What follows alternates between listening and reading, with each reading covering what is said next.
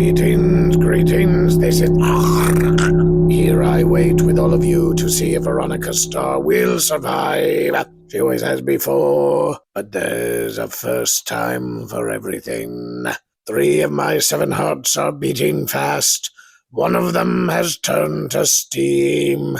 Let's all find out what happens next on Veronica Starr, the Delilah Affair.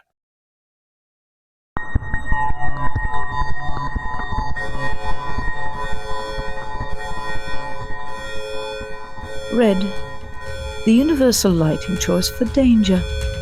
Not one of our more subtle psychological tics. Blood. And if you're not careful, the crimson on the walls won't be lighting. 2 legionnaires charge around the corner. I nearly die. But they are more precocious, and both drop at my shots. The Sultash hits a button on his mobility unit. It drops, but he doesn't. His emaciated frame is held in the air by an anti-gravity harness. The reason is obvious. His mobility has increased. Now, he can keep up. Maybe. Can you make it through the air duct? If you can, he replies. The Vespid's alarms ascend octave after octave. We shan't stay. But better also to avoid being tracked. A quick twist of my bracelet, and the alarms cease, along with the scarlet lighting and life support. The commander of Delilah Station raises his eyebrow. How did you know? About the airsuit. Seems like you're a paranoid type A personality. The scarred side of his face, illuminated by my new sunglasses, twists in a smile. Shall we take advantage of the situation? I suggest. He hovers to the ceiling and points to the sealed geo channel. A bright azure beam cuts through the air duct. He floats in without bothering to see if I'll follow. I set one of my personal mines for 52 seconds. That will help cover our tracks. The Vespid, like all drift-style expedition vessels, has an extraordinarily complex interdeck travel system. Normally, these would be monitored by pressure valves or identity-targeted security recorders. But with the sudden lack of power spreading through their computers and backup generators, we had maybe 20 minutes of breathing space. So, what do you know about this guy? I ask, tearing a power conduit from the wall. The protist chips gleam like treasure. Swapping them at random would create enough havoc once power returns. Almost nothing. The Sultash mutters, peeking his head around the corner. I started suspecting something about 1.5 years ago, but it's been like a madness or a demon. No proof. Something. Growing numbers of accidents, disappearances. Now technology ending up on the other side of the galaxy. Your union's ambassadors disappeared. I caught something new, but I was ordered to hold off. Professionals were on the way. And what did you find? A trio of particles. The Sultash says, reaching into a small container attached to his suspenders. No doubt the same illuminating light from the madman's lab. This stuff is rare and highly volatile. It can duplicate the individual nerves, neurons, and with little work, pathways in most humanoid brains. I'd already suspected someone was messing around with my people's minds, but they're supposed to map onto what already exists. Theoretically, according to some of my more bookish friends, it could restructure everything. The neural rewriter, I agree. What was left of his lab? Everything melted within 10 minutes of his arrest. Who the fuck is this guy, I wonder? Still, given the steps he'd taken not to be shot, that seemed the best option. I assume the person who told you not to investigate was... the Honorable Captain. He seemed less vacant recently. So, Agent Starr, what's the plan? Mine is to destroy this vessel with that necromancer cocooned within, whether or not I survive. Of course it is. Let's call that Plan B. First, we determine how many crew members have been brainwashed. Second, contact Commodore Talleyrand, inform him of the issue. Third, either start a mutiny and take control, or simply assassinate that obnoxious ball of gas. Whichever's easier.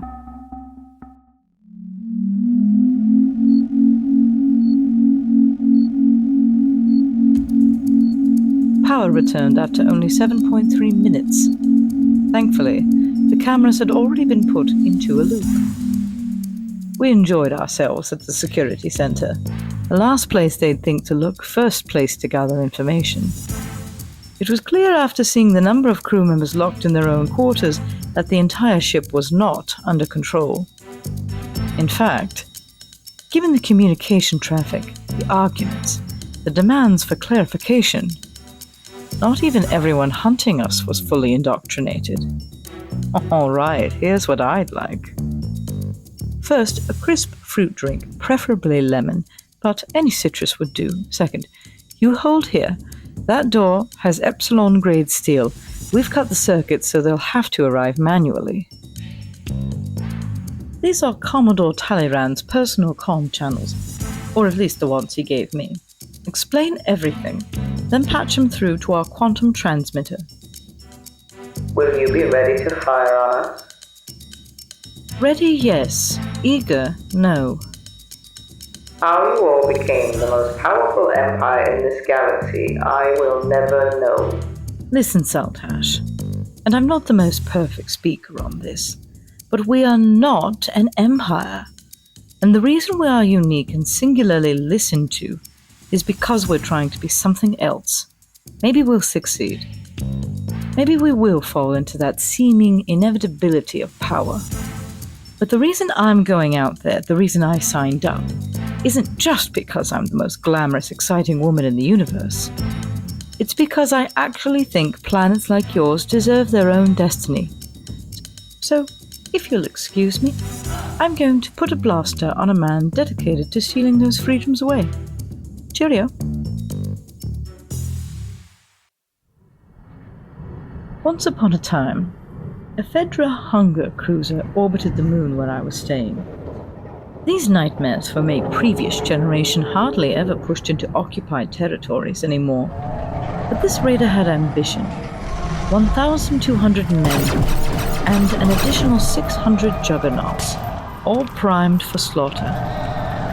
There wasn't anything to do but arm a helpless group of tourists, build defenses, and keep shooting until they decided we weren't worth the meat.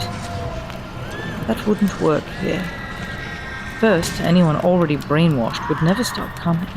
Second, Herman had well over 1,000 trained Astro Union crewmen, more than enough to build an even larger force. But that wasn't the plan. Engineering is always filled with security, not quite one-to-one with the neurotic native inhabitants, but close. It's also the easiest place to sabotage. 15 legionnaires stood ready, full boarding armor activated. Going after those troops with only my blaster and inestimable charm would be suicide. No, correction, not suicide, because they'd probably take me alive. So, whatever the term is for willingly becoming a hollowed-out zombie under the control of a megalomaniac bored scientist. Marriage seems closest. Still, it was a no-go for me. There was a comm station at the north end. I just needed to get within 100 yards.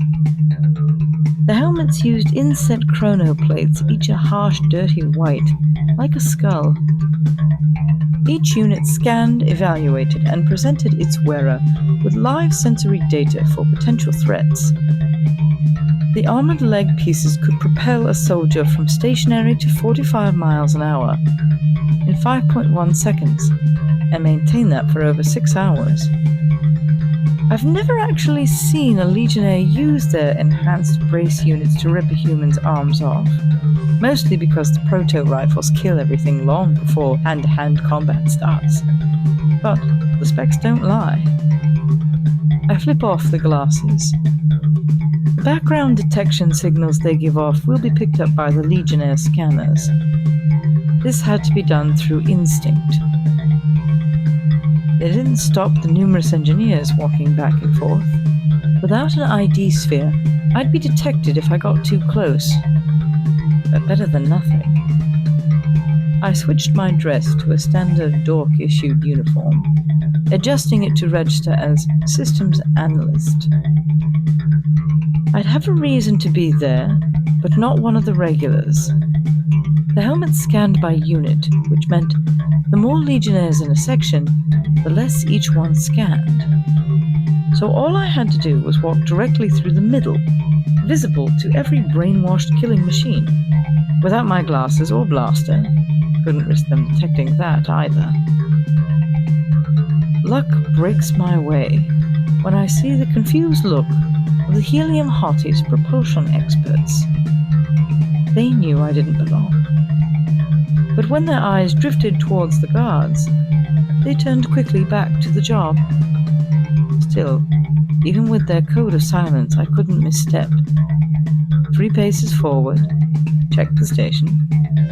Used that to justify moving 4 to the left to avoid the new adjustment from the psycho killer on my right. Forward 2, left 1, 1 back, all natural. Because if I tense, the kinetic hostility matrix will kick in, and these boys in deathly ivory won't miss. Within a dozen steps now, I can see the hidden smiles on the HH Brigade. Except one. A greasy-haired sub-commander, eyes glistening, stepped out of the comm station. A quick lick of the lips, and he stepped directly into my line of sight. Caught. And where the hell have you been? He pushed forward, demanding the attention of every soldier, and his whiskey-flavored breath nearly hit me. Where's your damn ID, Specialist McEnroe? Think because you transferred from the flagship that regulation doesn't apply to you? Aboard the Vespid, we expect professionals. Do we understand each other? Now we do. I admire the guts on this oily model of middle management. His presence explains mine. The others were willing to quietly support, but he's putting his life on the line. Yes, sir. I return with my most passive-aggressive affirmative. Whatever you say. Gloved hands wrap around my elbow. I worry he's overplaying the hostility, so I sharply pull back and stomp at his side. He waves his passcode in front of the open doorway, and I see a slight shimmer. A razor field? That would have hurt. Here, he points to a bank of computers in front of me. Gotta get our internal sensors back online. We've got a couple of criminals on the run. We've only found the Delilah nut, but he's barricaded himself in the brig. Any place I should start, boss? It's easy for me to override my own codes. He's sweating, trying not to look at the stationed guard just feet away from us. Well, the criminal might be heading toward Commander Grove's quarters. Old Silverblade apparently joined Veronica Starr. She's here. He gestures lightly to the ship's schematic, and I zero in on the spot. A few clicks, and I've got real time. And it's not just Alice Grove. She's got 8 troops with her. She's already torn off the paneling in her room. Ah, a hidden cache of weapons. All 8 have their lasers pointed at the locked door. Looks like Veronica Starr's breaking her friend out, I say, sending a message to the Sultash. Hopefully between the 2 of us we can override the locking system. The orange light above Alice Grove's door shifts to green. The troops inside do not wait to question their deliverance. Oh no! I nod solemnly. They're escaping, everywhere! My new friend's fingers dance along the controls, supporting our sabotage efforts.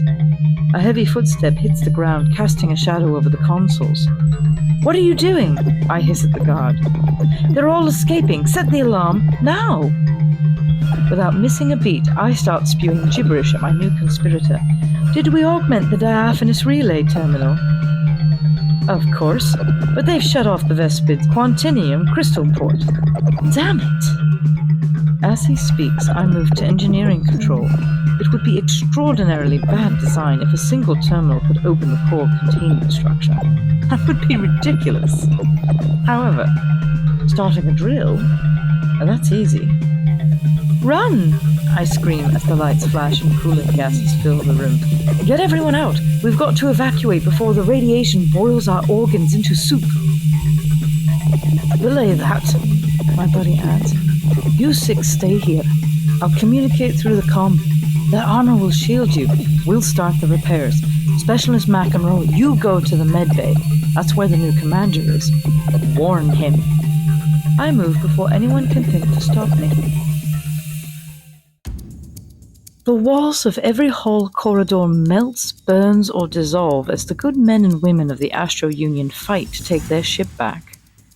The med units are located almost dead center of the ship. 2 blasters in hand, the door slides open in front of me. Herman sits before Orion, while 4 doctors gather around the patient's bed. The eldest has a flux container of glowing, illuminating energy I now know as atrial particles. Without waiting for their response, I take 2 shots. Both hit their targets. The first intersects with the pulsing energy sphere, causing it to explode. The doctors fall backward, gripping their heads and moaning.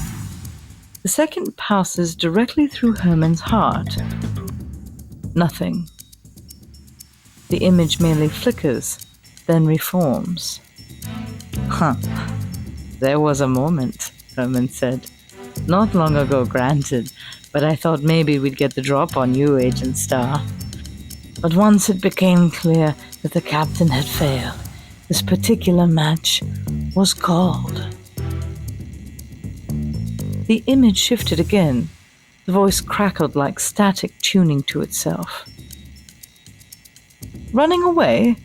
That doesn't sound like a man going to vanquish anything, let alone the Astro Union." Bemused delight crosses Herman Clemens' face. "Not today, I'll grant you that. But the Astro Union is just a place. That's not what I'm testing. It's people, Agent Starr. Like your lover, Captain Victor Avila, or the Saltash of Delilah Station, or Commodore Talleyrand. War is very personal. We lie and say it's something else, but it's still fundamentally apes with sharp sticks, proving ourselves. Today, you win.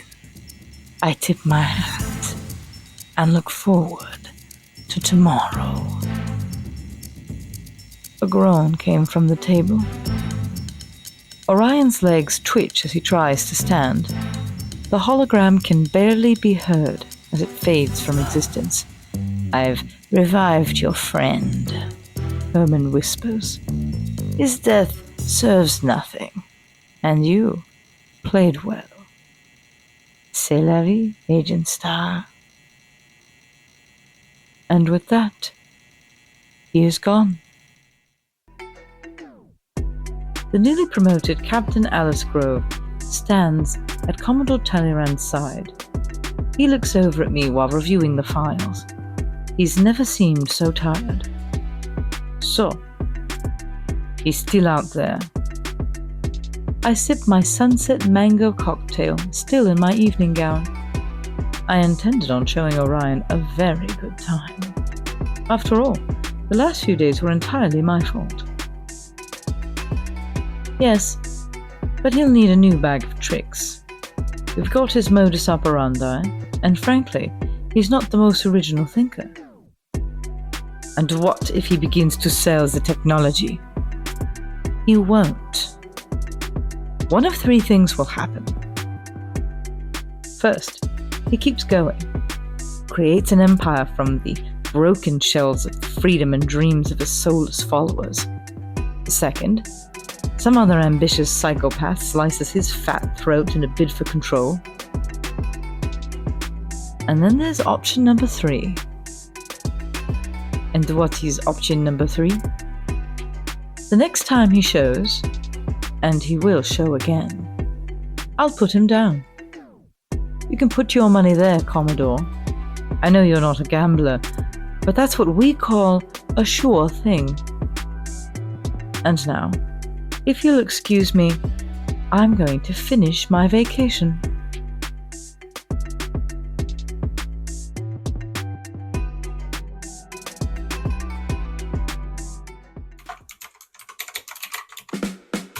Well, that's another world saved, doomed, and or slightly weirder than we found it. Either way, you made it! And when you're ready to plunge back into the abyss, we'll be here, lurking, whispering. If you liked today's episode, tell a friend. If you hated today's episode, You can find us on Substack, YouTube, or wherever you scream into the void about podcasts. Drop us a comment, send us your thoughts in all caps. We love that. You're charming. and hey, if you want to help keep these stories weird and our tea hot, you can throw some coins our way on Substack. It keeps the lights on. Literally, Lane is writing in the dark. Paperback Radio, no ads, professional narrators, and humanish weirdos telling you strange tales week after week. After week, after week, after week. We told you to stay in the back room, Lizzie. Thanks for wandering through the chaos of Paperback Radio. See you next time.